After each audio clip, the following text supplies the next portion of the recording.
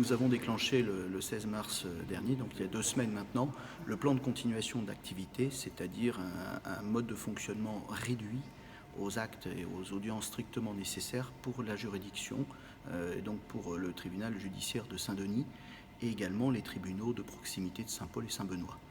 Donc l'activité est réduite au strict nécessaire, essentiellement les contentieux en matière pénale, les contentieux avec de la détention.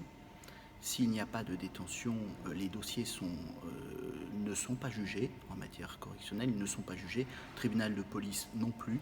Les affaires seront recitées, renvoyées plus tard. Les gens recevront de nouvelles convocations.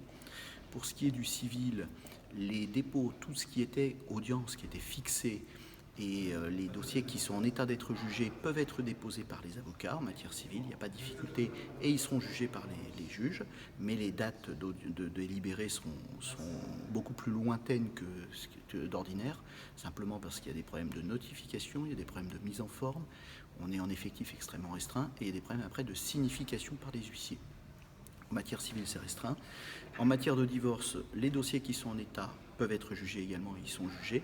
Tout ce qui est hors divorce et qui suppose la présence des personnes ne sont plus jugés. Les audiences ne sont plus assurées pour l'instant, sauf des actes urgents, jugés comme urgents, comme certains référés, mais vraiment à l'appréciation du président de la Chambre, du magistrat. Donc très limité.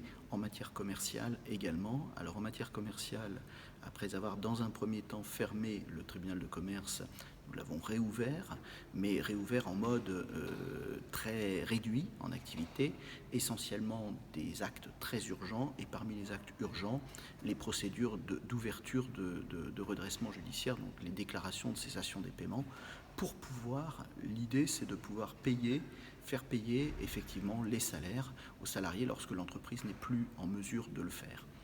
Donc voilà, on limite vraiment au strict minimum.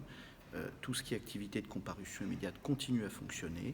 Nous utilisons largement la visioconférence maintenant, donc pour éviter les déplacements des personnes et l'extraction par les services de police ou gendarmerie des personnes détenues. On les juge à distance, mais on les juge. Les comparutions immédiates continuent à se tenir chaque semaine et plusieurs fois par semaine.